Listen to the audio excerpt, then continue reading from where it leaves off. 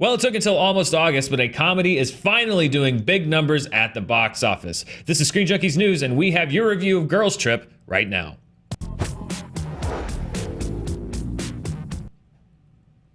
I'm Dan Merle. And I'm Roth Cornett. And Girls Trip. Girls Trip. Now, this is a movie that came out last week or the week before last while we were at Comic-Con. We didn't have a chance to see it beforehand. This is something that was on our docket. I'm glad we could finally review this because this is now turning to be, it's made over $60 million.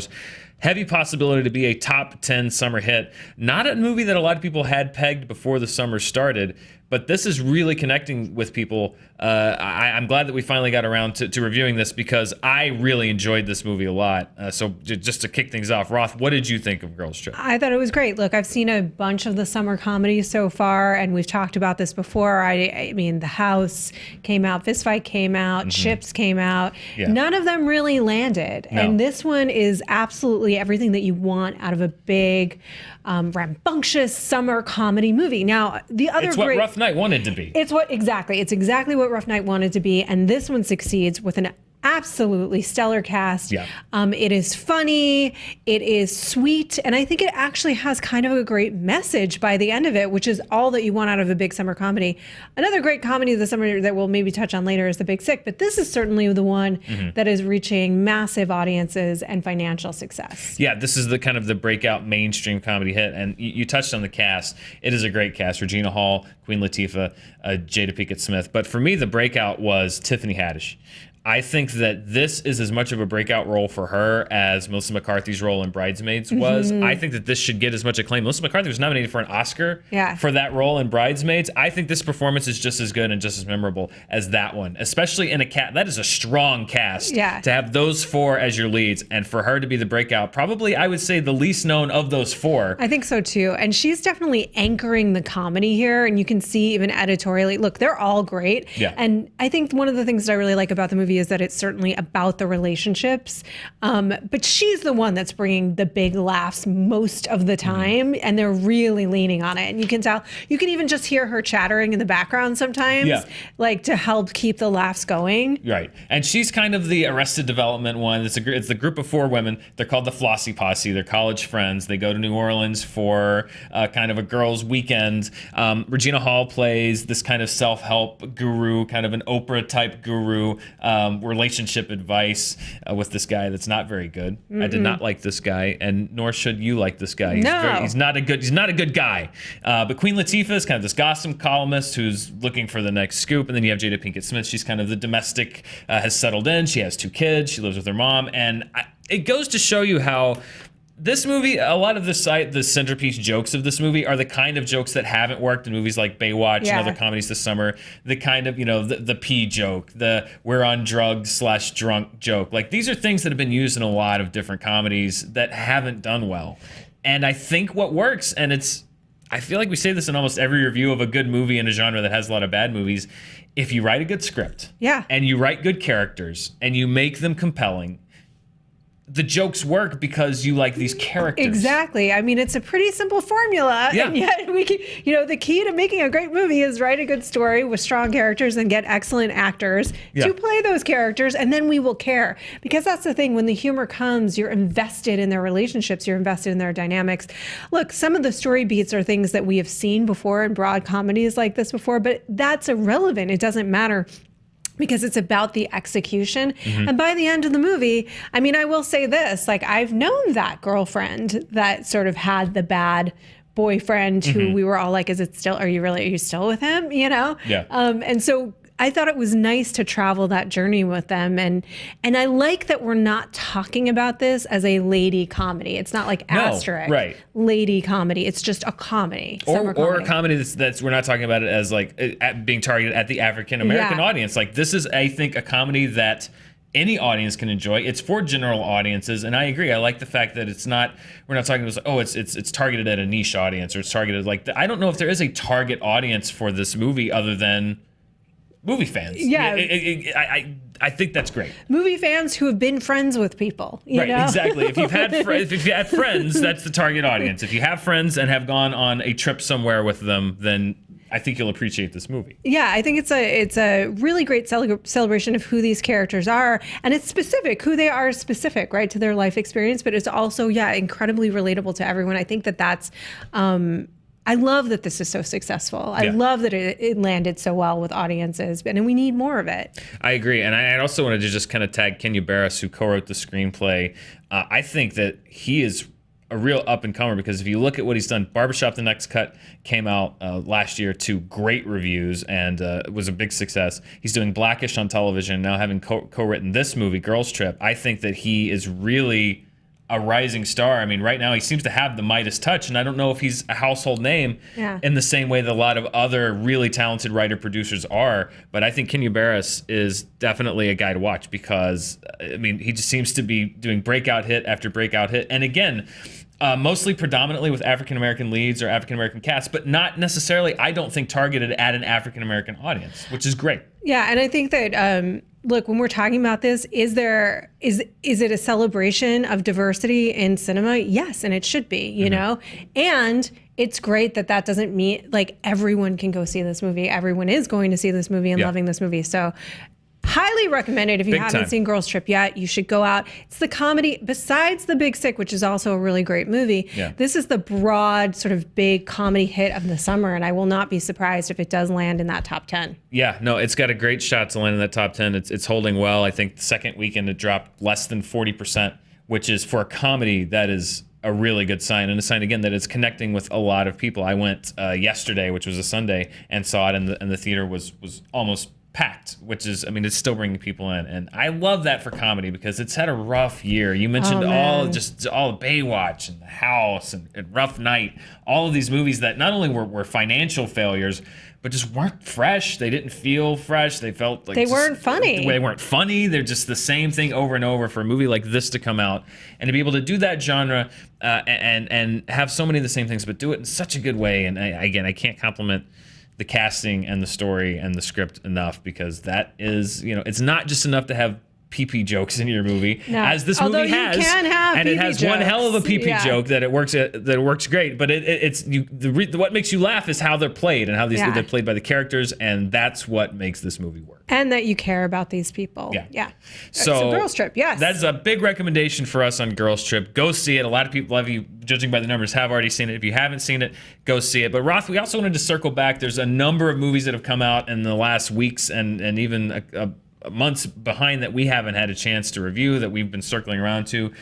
Smaller movies that we wanted to mention. The first one you already mentioned was The Big Sick. That, for me, I would, if it weren't for The Big Sick, I would call Girls Trip the best comedy of the summer, but I love The Big Sick as well. This one just edges that one out for me. They're both great movies. But yeah, Kumail Nanjiani, based off kind of the true life story of his romance with his wife, Emily V. Gordon. And so this was another movie that I thought was great. It's a much smaller movie, so it's not doing the kind of numbers that Girls Trip is. But this is a movie that I enjoyed just as much as a comedy, and I thought was hilarious. And I think The Big Sick, for the small movie that it is in relative terms, is getting quite a bit of acclaim, and it is doing very well. And I hope it continues to. I saw it finally this weekend. I was very behind, and I saw it still in theaters. You can go see it if you want to. Probably a little bit limited in terms of the theaters it is in. But it is one of those movies, again, that is... It's Kumail Nanjiani is so great in this movie, playing his, and I think that's probably a really difficult thing to do, is just sort of to play yourself. To play yourself, pretty much, yeah. Yeah, and your own life experience, but they are. It again is one of those situations where you're seeing this very unique window into his life and a situation that is so specific to him. But you get it. You get the challenges that happens in relationships and the things that are both inside and outside of your control. And you're rooting for this couple to make it past all of the various challenges that there are, including just themselves, to being together. And it's not just one or the other. It's really at different times, both of them. So funny. He has such an understated sense of humor. So it's different that way. Girls Trip is much more a big, broad comedy. Right. This is a little smaller, a little more subtle. Yeah, subtle, but just as funny. And it's one of my favorite movies of the year. Absolutely, me too. So Big Sick. Go see it. Go see it. Roth, you also wanted to mention Sofia Coppola's latest film. Yes, in very limited theaters. The Beguiled is still available. Not a comedy. No, definitely not a comedy. Definitely not a comedy, though there are some darkly humorous moments in this film, I will say. This is a film. I did an interview with Sofia Coppola about this film. It's a remake of a film from the 70s that's also based on a book. And it feels very much like a film from the 70s in the sense that it's sort of slow. I'm not selling it by saying that, but it's a slow burn. It's a slow burn. It is beautiful. It's elliptical. It's very dreamlike. If you like Sofia Coppola as a director, it's a lot of what you come to expect from her. And one of the things that I like about it, we've seen a couple of movies this summer. I like those films from the 70s because they're really not telling you how to feel. There's certain filmmakers that absolutely know how to press your emotional buttons. They're brilliant at it. Spielberg is one of those directors. That's great. It's like he is a master at that. But what this is that it's just sort of presenting the story and it's allowing you to have your own interpretation. Well, and I loved how small this movie was because it's essentially about 6 or 7 characters. Yeah. And I love, again, like you're saying, have your own interpretation. I loved how it just kind of left you to observe human behavior and not tell you what people were thinking, because it's about this soldier, Colin Farrell, who they're kind of nursing back to health, and you kind of see what it's doing to this girls' school, this boarding school, girls of different ages, and just their first kind of exposure to sexuality, really, for a lot of them, or some of them, the first one in a long time. And I love how she allows that group dynamic to just kind of develop, and you don't necessarily know what everyone's motivations are, but you see it's all in looks and sentences and glances and yeah, it's definitely a build. Yeah. And if you stick with it, you know, it builds to something that I wasn't quite expecting. But it's one that you do have to stay with because it is not fast-paced. Yeah, and these are not simple relationships either. You know, like they are stuck and they're feeling trapped, and they have resentments towards each other, and they have love towards each other, and they have jealousy and bitterness, and all of that plays out in these really subtle ways. So I highly recommend seeing this movie. It's just a very different kind of film that you can see this summer. That's a big recommendation for me as well on The Beguiled. And then another small movie that I wanted to talk about real quick is A Ghost Story that's also out in limited release right now. It's from David Lowery, who surprised a lot of people last year with Pete's Dragon, which was not a successful movie, but a movie that I liked a lot. It was not what you would expect from a kids movie, especially a remake of a Disney film.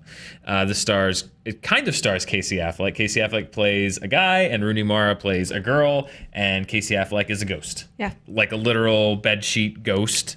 And it is, I don't really know how to tell you what this movie is about. Casey Affleck is a ghost, and he is just kind of around, and it takes place over a lot of different time and a lot of different, it's very silent, it's a very still, it's a very quiet film. I think this is going to be a divisive film. It's a movie that you're either with or you're not. I do think David Lowery gets a little indulgent in a few places. There's a scene with Rooney Mara and a pie particularly that I think is going to be the jumping on or the jumping off point for a lot of people as far as testing your endurance as a viewer and your investment into that character.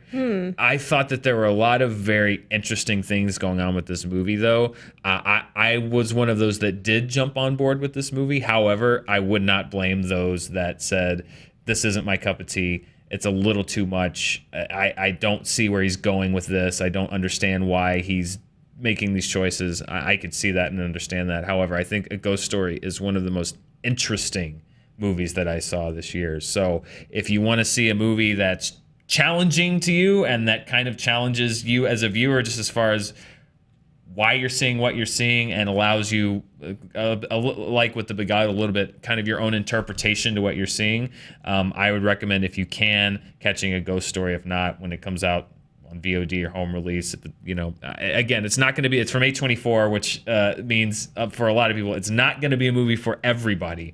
I love A24. Yeah, I love it. They take risks. I think this is a risky film. It paid off for me. I enjoyed this movie, but it's a conversation piece. I think if you go see it and you don't like it, you're going to generate just as much conversation as if you do like it, which I love that about movies and these kind of movies in particular. So Ghost Story, check it out. Have not seen that one, but you sold me. There you go. I'm sold. So Roth, Girls Trip, of course, the big comedy, Big Sick, Ghost Story, Beguiled. So many movies out right now, and we are rounding the corner to fall and Oscar season. The awards movies are going to start hitting. Speaking of, we will be reviewing later this week, hopefully tomorrow or the next day, we're going to review Catherine Bigelow's latest Detroit, which is hitting theaters nationwide this week. I saw that one. Dan's going to see that one. We will talk about it tomorrow, as Dan says. And then I think Dark Tower maybe later this week. Dark Tower's coming this week. Stephen King, McConaughey, Idris Elba. See if it lives up to it. We're coming to the end of the summer, but that's just the beginning for critics because this is when the Oscar bait starts coming out. So much still to come. Thank you for watching our review, and we will be back with so many more this week and in the weeks to follow. Till next time, thanks for watching.